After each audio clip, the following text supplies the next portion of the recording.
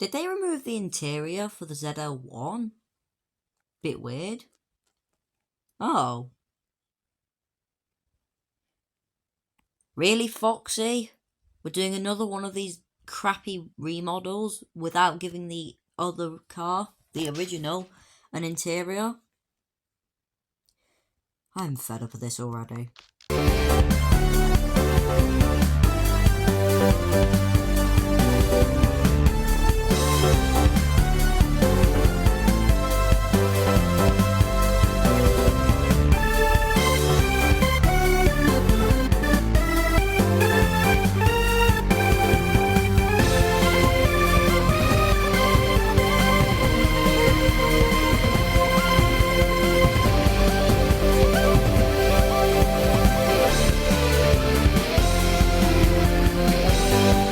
Welcome back to CDT everyone. What we have here is the brand new Chevy Camaro ZL1. I'm not sure which iteration of the ZL1 there is. I know there's quite a few. Someone said there was one called the ZLT1. Hadn't heard of that one, but I know there's a 50th anniversary edition and the 1LE. There's quite a few iterations of the Camaro and the ZL1 Camaro. This is the ZL1. Here's what my standard Camaro looks like. Where is it? Just look like a ZL1. The two cars are very interchangeable. Ignore the interior. All you've got on the ZL1 over the standard Camaro is a wing as standard and, you know, some track bits at the front. Very lazy. Oh, and you get a little thing on the bonnet, which is, wow, takes so much effort to design. As you can tell, I'm not happy with the aesthetics of this car. We've had the Camaro for quite a while now. It was in the game when I joined. And that was late 2021. Oh, I'm having problems. And yet it still doesn't have an interior despite the ZL1 being released. I don't know if in real life the two cars do have a different interior. But the fact that Foxy's added 9 new interiors in this update, and yet this Camaro, which literally has just developed yet another counterpart, doesn't have one. Foxy, I do not see your logic with this one. This isn't the first time we've seen the Camaro get a counterpart. In fact, the ZL1 is actually the third Camaro counterpart. And the fourth Camaro in the game. I'm not sure which one was the original Camaro out of these. Because we've got the standard Camaro, which I think is actually called the Camaro SS. Then we've also got this, the ZL1, very recently added in Friday. This beautiful thing.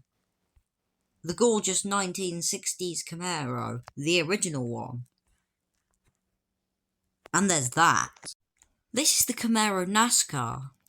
I actually reviewed this back in Season 8, ages ago. Back when I could barely make content. And it was pretty shit, to be honest. It's a decent car, and it's also the fastest. I quite like it. Even if it does look quite bland. That's just a general NASCAR thing, isn't it? This, however, it's not a NASCAR. It's a track car. Supposedly. It is based on a muscle car, so, you know, that could lead to many things. But, if it is a track car, it should be good in the corners. Thankfully, in CDT, if we take the wing off, it won't affect the handling, so, let's try it out in these, twisties up in the mountains. The suspension is quite sloppy. There is far too much roll for a track car. I'm not happy about that. Of course, you can just fix this by putting a suspension kit on it, but if we're testing it bone stock, then if I need to put a suspension lowering kit on it, that's bad. In fact, in my tune, to get, you know, the best out of the body, 60mm dropped in alignment and extra low suspension. That gets the main part of the body roll. Other than that, feels kind of heavy. I'm not sure I really like it. And also quite square and blocky. There's no flow in the steering. You just sort of notch it up a bit, depending on how much you want to turn. It's pretty poor. I'm not happy. Although, what should I have expected from an American car?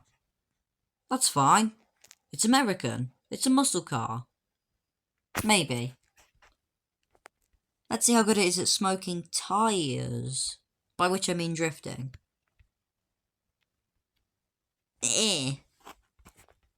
Not too good. Not terrible, but... Why won't you drift properly? Am I not pressing the button, or what? It feels quite heavy. It also feels like it's sort of... the suspension's made of a blancmange. It's pretty poor, to be honest. Is that a Tesla that's on fire? Ha! Get fucked, battery box. The problem is, it's just sort of too heavy. I'm pretty sure it's not like this in real life because they've stripped loads of weight from it. But in this, feels like Foxy's just gone and copied the weight stat from the standard Camaro and then changed it by 1 or something. It's not good. I mean, the tail will come out. It'll pendulum a bit if you get it wrong. Like that. You know, there is quite a bit of weight in the tail. It just feels heavy all round, though. I'm not happy with it. I've brought it back to full track attire. The wing is back. It's got the defining paintwork now. It's obvious that this is a ZL1. So let's see how it is on the race circuit, because, you know, mountain roads aren't the only roads. Maybe it is just circuit suited to the track. I'm probably looking at somewhere around 43 at best. Nah, more like a 45. This is a bottom end of class 2 car we're talking about. Right. Through here. Nice. Feels a bit better on track now, actually. Like it's in its home place. I am having to brake in some places, but that's because I'm thinking it's just one of those slow class 1 cars where you can just flat out everywhere. If you get the line right. Which it's not. There is still definitely a good feeling of weight in there. It is quite obvious that this is a heavy car. But it does seem to have lost a bit of that feel. 48.2. With a couple of skill issues, that's a respectable time, I'd say. Not too bad. Pretty much sums this car up, to be honest. I'm going to be honest.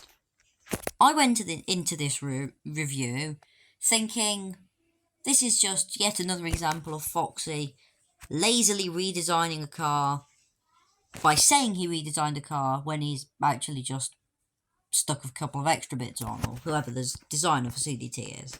It's a very lazy car to make. So I was already pretty much averse to it from the get-go. Then I discovered it was pretty poor in real roads. And then we found it couldn't drift the best either. There's just no feel. And to be honest, that puts me off of it quite a bit. Until we realise the price tag. If you go into CDT right now and you press this button, The Hunt, first edition, you get the car for free. No payment, no having to do any task, completely free. And to be honest, I quite like that. I mean, it's a good thing that players just get a free Camaro when they enter the game now. Helps them a little bit with their I crashed it, because it handles that poorly. It just helps them a little bit to find their feet. But I'm going to bring us back to where we started. It's a lazy redesign. Instead, I think there's a car I'd prefer, to be honest. And that's also been a free car that you did sod all. It's the Nickmas Corvette. Yes, it's a lazy redesign. But it's not. They've shortened it. They've put that really cool NFL logo on the roof. And they've given it not one but 2 wraps. And a license plate. That makes it very unique. And uniqueness is a good thing. And it's just a shame that the ZL1 just fades into the background. So thank you for watching. Please subscribe.